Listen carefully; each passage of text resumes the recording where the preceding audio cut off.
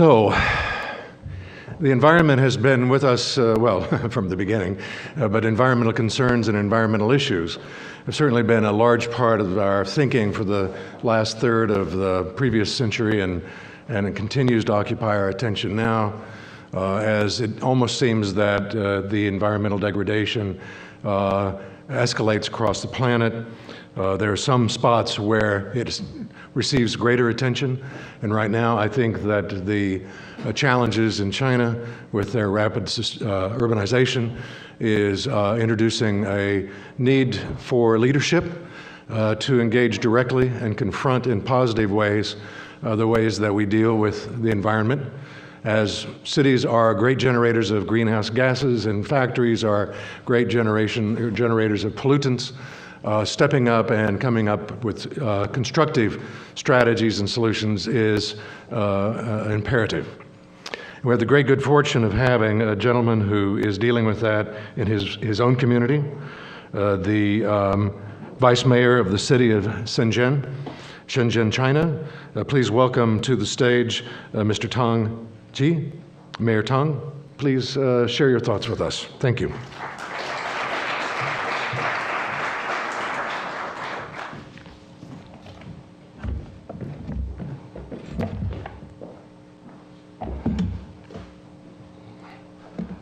Ladies and gentlemen, it is my honor to be here to share the idea about the sustainable growth. I beg your understand me. My English is poor to make you understand me. I have little chance to speak in English, but I'll try my best to make you understand me.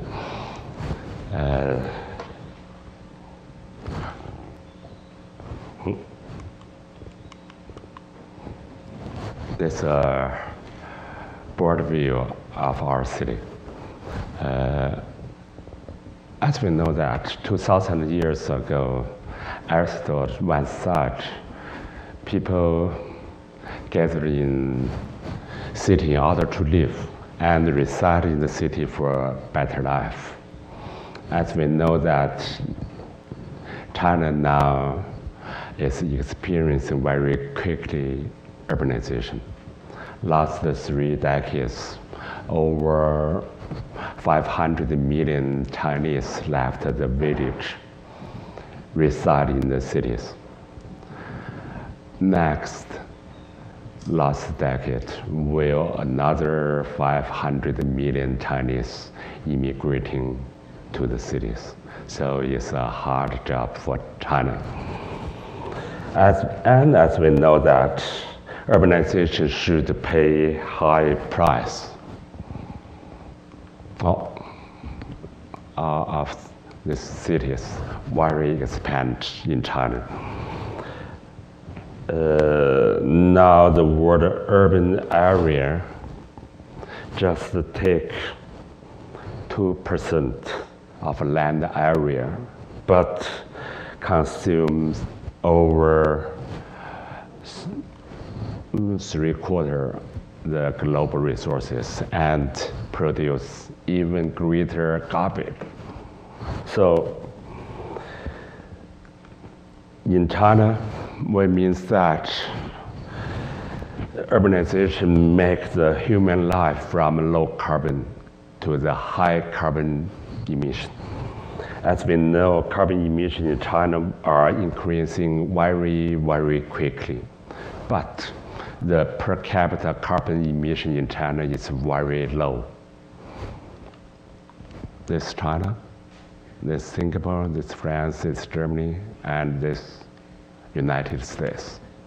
So as the per capita, China is just half to the European countries and 1/3 to the United States. So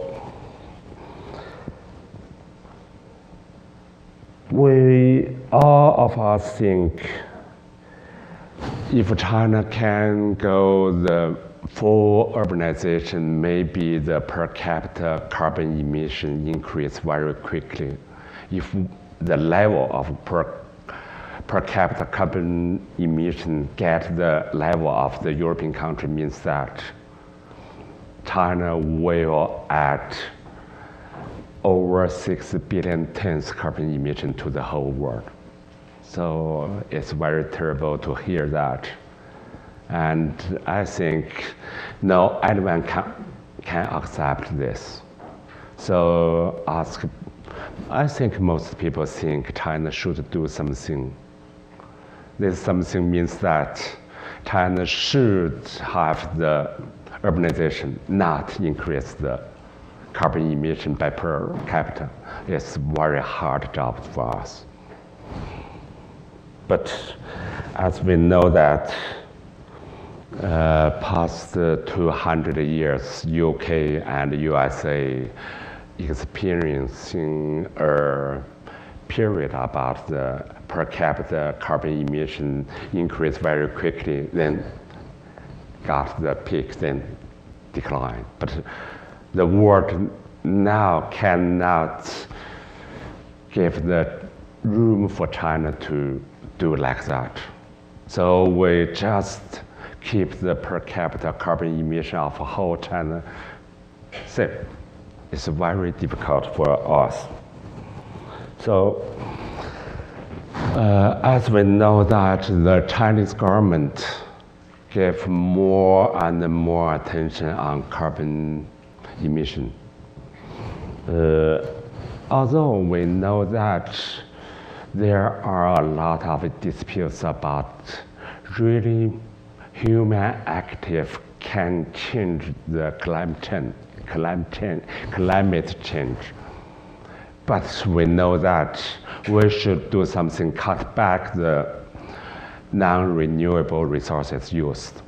So in China, we have the new slang as the one vote to veto. Means that you should do something very fast. Now each the governor and the mayor should achieve the target of reducing the carbon emission for your province or your city. If you can't, you should step down. We have the other slang named United 5 to 1, means that we need a new civilization united the economic, political, cultural, and environment and ecological into one, means the Chinese name. Chinese name should keep the development without increase the carbon emission so quickly.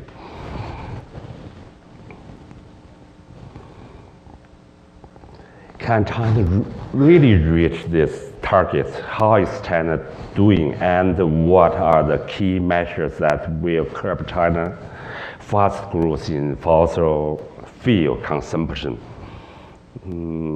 I think many people suspicious about this future will be bright even in China. And here we try to introduce a case, our city. Shenzhen is a low carbon city in China. At first, I should give some introduce about our city. Shenzhen was very small and very poor and stagnant until 1979. One day that year, Mr. Deng Xiaoping heard a report. That report said to him a lot of Shenzhen citizens were sneaking across the border into Hong Kong for a better life. At that time, Mr. Deng was silent for minutes. Then he said, "It's not the fault of the people. It's the fault of our policy." After a while, I think maybe after 3 months, he drew the very famous circle to approve Shenzhen as the first special economic zone. Since then, Shenzhen has been experiencing an amazing development. The population grows very quickly, just from the 300,000 to 13 million now, double that of Hong Kong. And the GDP increased very quickly. Now it's the 80% of Hong Kong's last year. So Shenzhen now is the major manufacturing specialized on IT in the world and the financial center in the Asia, I think, because one of the two exchange in Shenzhen. But now Shenzhen is as the low carbon city, is the carbon intensity tends to output, and the emission per capita is very low, I think. So we should do something like, how can Shenzhen make this result like this? As we make some surveys, I think we have done 4 things. The first one is that Shenzhen believes that Mr. Deng's opinion is always right. Without deepening reform and opening to outside, it must be death. So Shenzhen gave a lot of measures to encourage reform. On persisting structural reform, the enterprises are encouraged to lasting upgrade from resources wasting and the labor-intensive economy to the resources saving and innovation driving pattern. I think to pay more attention, a lot of enterprises to pay more attention on the research and development. So a number of the high-tech companies increase very quickly as the newcomer in the world competitions, such as Huawei, ZTE, specialized on the wireless communication equipment, ranked number 1 and number 4 in the world. And the BYD specialized on the pure electricity and mixed electricity vehicles. And the largest internet company in China, Tencent, is the market value now as same as Facebook and eBay. Just, I think, 15 years, this company.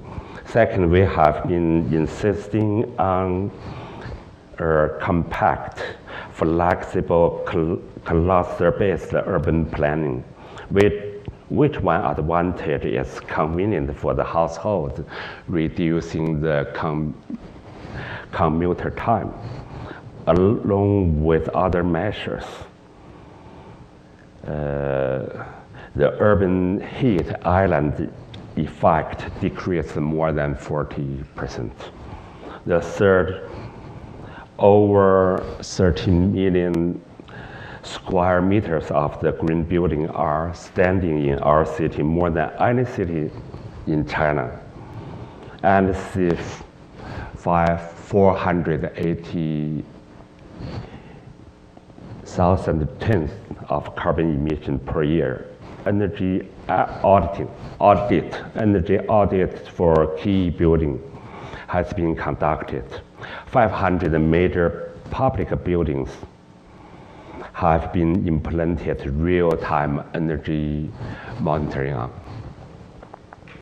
From this year, in our city, every new building must be green building, at least with 1-star rate as the city law. The fourth, Shenzhen is always focusing on effective, convenient, and low carbon public transit system. As a survey, 240 persons going to work was take 174 cars, or 3 buses, or 1 coach of metro. Now, in our city, there are over 10 million times by person to take public transit. Among them, more than 1/4 belong to the metro.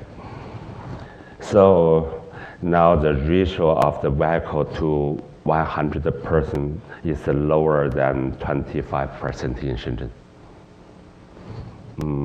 Of course, it's very impressed by compared with the European country and the United States. This ratio in the European country over 100, and the United States maybe over 102. So, and we also give more attention to promote pure and mixed electricity vehicle.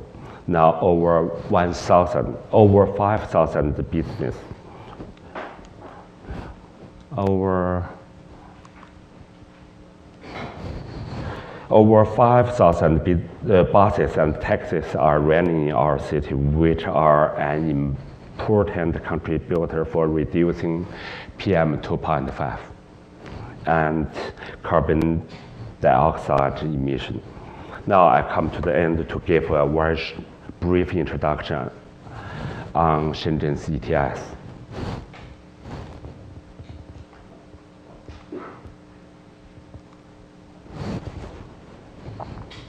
Two days ago, Shenzhen ETS formally opened and traded with over 21,000 tons allowance with average price 30 yuan.